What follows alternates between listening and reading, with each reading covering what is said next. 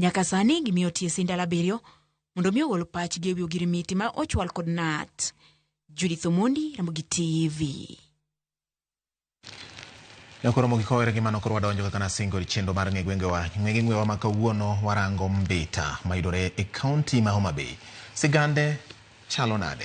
Aya wawinjane gima Millicent Adhiambo e wuodhe mar nono kaka Mbita nochakore, gimomiyo en kako chal sani osebedo. Ma en Millicent Adhiambo gi ng'egwengewa kawuono.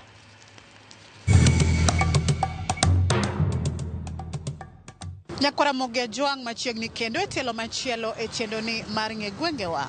Jumani, kalapapla mar ng'egwenge owuok e kaunti ma Migori, ofuyo mobiro piyo e kaunti ma Homa Bay, e boma karda kata gweng' mong'ere ni Mbita machiegni.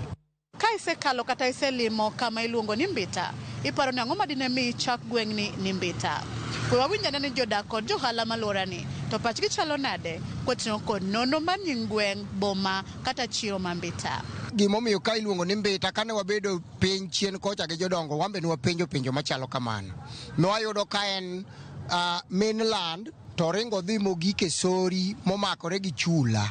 Koro mane miye nying miluongo ni Mbita. An onyuola Mbita ka, to wayudo kochaki ni Mbita sai. Nen kama kane onjo kaka jonyuolo ne wacho ni en kama kidonje to dok dala tek. Emomiyo nochake ni Mbita. Ka nochak ni Mbita nikech kata kisomo muma, Mbita en kama nitie kendo en lo modonjo e nam. Lo modonjo e nam kasto ji odhi modake. Ka gimiyo chak ni Mbita nikech joka nohero rech, ne giluwo rech.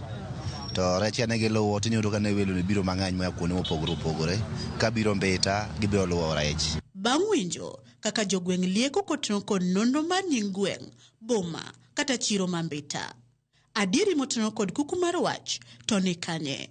Jodongo mane nitie kane gweng' boma kata chiro ma Mbita ne chakore to wache ang'o. Mbita ne en mbiga matin mane joma chon ne kala ka dhi chula, jochula be kalo ka biro loka wakon. Koro mos gi koth nochwi matin koro tamo ji kalo. Koro dhia kamano, koro tamo ji kalo kabisa. Koro jopiny oparo ni ere kaka dang' wadhi chula, nolos yie.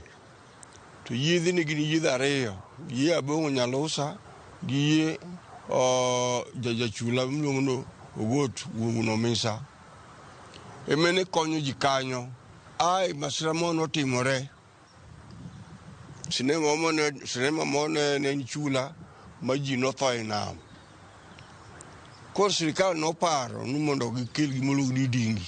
Okweng'o gaming'a, dingi no sirikal ogolo. Gichak kelo dingi maduong' miywayo. To chon chien kacha, Mbita ne en piny Kasgunga. To Kasgunga ne en kwe maduong'. Kae to ko chakruok obedo na. To Mbita ne bedang' wayude gimobedo ka gima nyalo konyo ji. Koro Mbita ni obedo kamano to wuoyi mono Nairobi ku. No uma makori. No yang'o ringo e tie yath mono dhenwa. Koro uma ne ndusu ne ji ringo ka. To ko jodumo wani ndala waka ni kadieda. Emne chako gerot moro Mbita kanyo matin. Mane ji betie. Koro joma ginene ramba buoro kanyo kaka piny iso gidhi chula. Koro udi gichako mana medre mos. Koro miyo Mbita oyawore ma koro nyaka chil kawuono ko udi gera. Mane kaka Mbita chalo. Bang' winjo nonro ewi gima dine mi chak kar kae ni Mbita, we wawinjane koro ni Mbita landore kod weche kata timbe mage. Landore nikech ma ne dalawa, ne en Kasgungawa. Omiyo nyaka ne humbe landre nikech wan weg Mbita makom.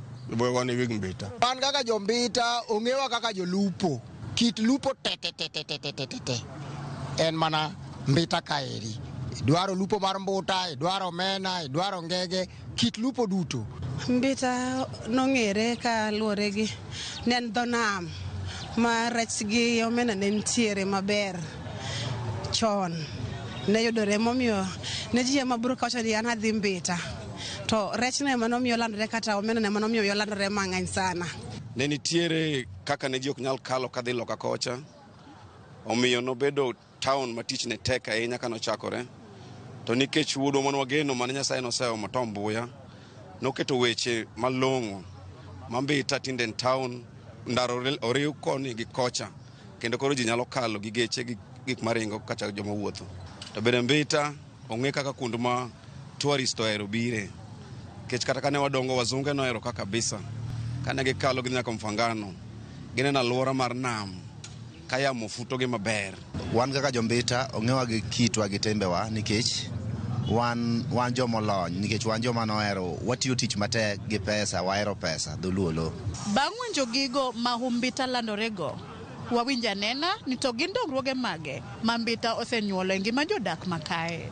Mbita ka ne kochakore nokelo osiptal obedo kanyo, koro Mbita nyinge chako dhi kae to wachako ling ka obedo sikalo cha okelo no ishipe mano ni kanyo, koro sikunde medre usare kanyo ne okete kot ne kanyo, kot mene kongo chako kot truaka mo kongo tik e kama ni ji yale ka ya kamoro ki yalo ka koki yalo ka tidhi yalo ndiwa. Chon ne wan mana jonam makwa nam to wating'o mana pesa lwetwa, koro mano nomiyo raha nobedo mang'eny sana, ma kane iwacho ni Mbita sai ne pesa janam wuotho mana gi pesa lwete. To achiel kuom dongruok mwanyalo neno tinde wan kod bengi, mana achiel kuom dongruok ma ka jalupo wa nam to nyalo yudo kama odhi kane pesa ne.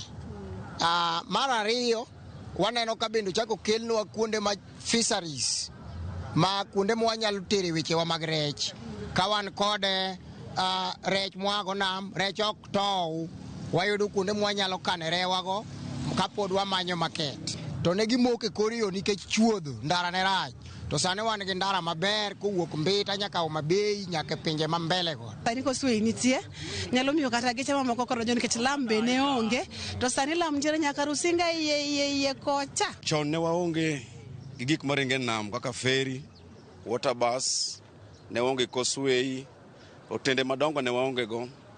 Tinde wan noka gi skunde, osiptal wan go, wan gi gik mang'eny, nyaka joma chalo rieche gi bisa nomedore, okelo nyaka supermarket madongo. Kata obedo ni jodak ma Mbita kwano dongruoge achiel ariyo adek, rem mage makar dagni ma Mbita pod ni godo ma jodak gombo ni kokele alworani, to Mbita biro dongore machal kod kuonde mamoko. Rem wan go ka nikech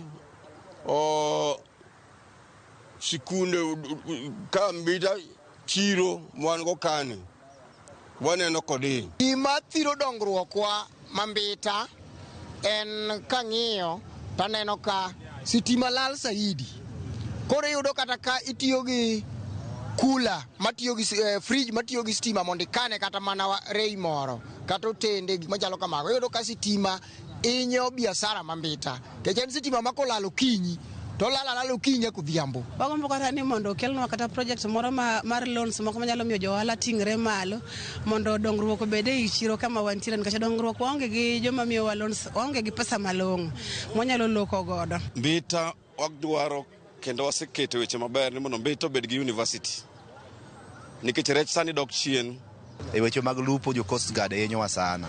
Ka gibiro onego bed ni giaka to gidhi girito jo mpaka, ok onego bed ni gibiro ka wan ma gichako chandwa, nikech mano mayudo mathesgi ema pod gikawo, koro mano bo waneno kumgi pek. Mana kamano nyakwara mogi gi kanye mwachopo godo e giko matelo makawuono e chendo ni mar ng'e gwengewa. Kaka wuono ageno ni koro ing'eyo gimomiyo Mbita iluongo ni Mbita, omiyo kik idhi mabor, medikete mane wang' jowi marwa mar Ramogi, kuma juma manyien bende aduogo ni kod nonro mar gweng' machielo. Erokamano kuom bedo kodwa, oriti masane.